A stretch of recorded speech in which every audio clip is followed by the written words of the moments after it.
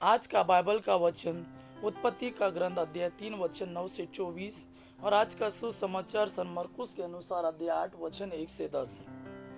उत्पत्ति का ग्रंथ अध्याय 3 वचन 9 से 24। प्रभु ईश्वर ने आदम से पुकार कर कहा, तुम कहाँ हो? उसने उत्तर दिया, मैं बगीचे में तेरी आवाज सुनकर डर गया, क्योंकि मैं नंगा हूँ और मैं छिप गया। प्रभु ने कहा, किसने तुम्हें बताया कि तुम नंगे हो? क्या तुमने उस वृक्ष का फल खाया जिसको खाने से मैंने तुम्हें मना किया था? मनुष्य ने उत्तर दिया, मेरे साथ रहने के लिए जिस स्त्री को तूने दिया उसी ने मुझे फल दिया और मैंने खा लिया। प्रभु ईश्वर ने स्त्री से कहा, तुमने क्या किया है? और उसने उत्तर दिया, सांप ने मुझे बहका दिया और मैंने खा लिया।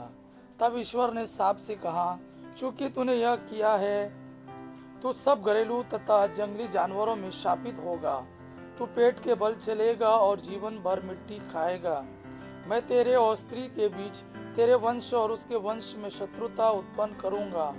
वह तेरा सिर कुचल देगा और तू उसकी एड़ी काटेगा।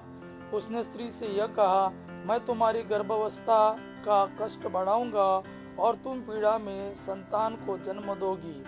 तुम वासना के कारण पति में आसक्त होगी। तुम वासना के कारण पति में आसक्त होगी और वह तुम पर शासन करेगा।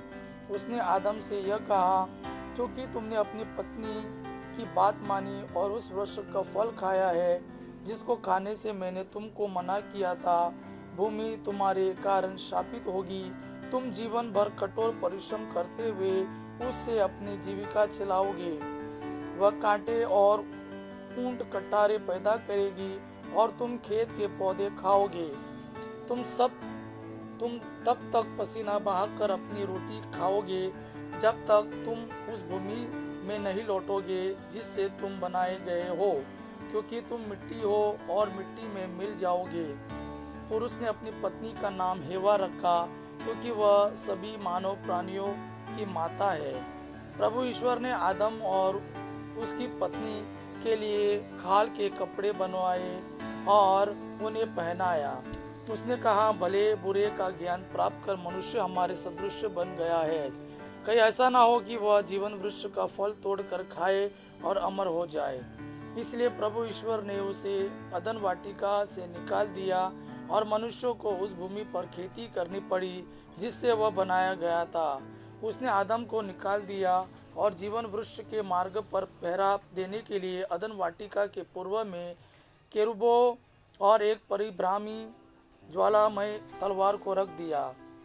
आज का सुसमाचार सन मरकुस के अनुसार अध्याय 8 वचन 1 से 10। उस समय फिर एक विशाल जनसमूह एकत्र हो गया था और लोगों के पास खाने को कुछ भी नहीं था। ईसा ने अपने शिष्यों को अपने पास बुलाकर कहा, मुझे इन लोगों पर तरस आता है।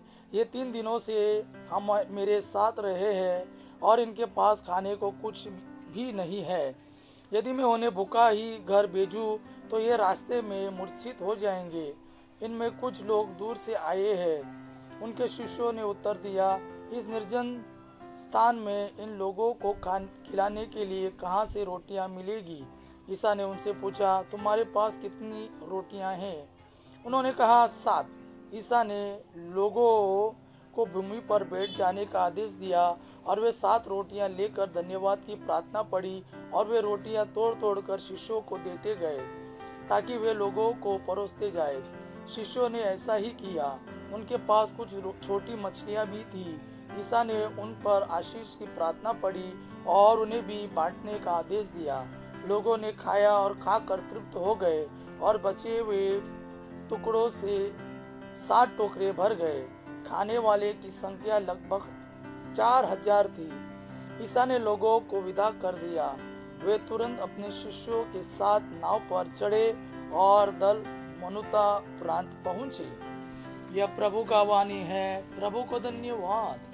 आबा पिता की महिमा और पुत्र यीशु का प्रेम आप पर सदा सर्वदा बना रहे। आमीन।